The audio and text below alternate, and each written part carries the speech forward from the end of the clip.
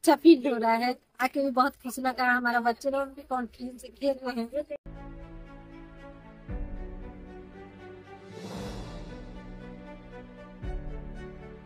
এটা first time স্পোর্ଟ এটা পার্টিସିपेट करनी ଆଉ ବହୁତ କିଛି ଶିଖବାର के मिलुचे ଆଉ ଆମର ସ୍କୁଲରେ ଏଇଟା 11 ନମ୍ବର ଏଇଟା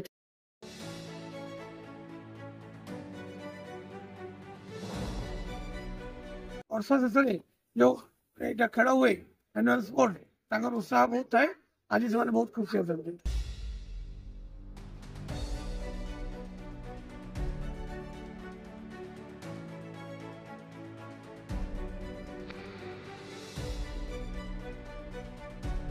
principal Montessori public school Malkangiri आज आमर 11th एनुअल स्पोर्ट्स बहुत धूमधाम रे चलछि। एतरे आमर 400 रु अधिक पिला भाग नहीं। बस्ता दौड़ 400 मीटर रेस 200 मीटर रेस एवं विभिन्न प्रकार खेल सब चली। एतरे आमर मुख्य अतिथि रूप आज लिखा साहू एवं एडीएम आउ डीपीओ आसते सकाଳେ आम कार्यक्रम सब चलता।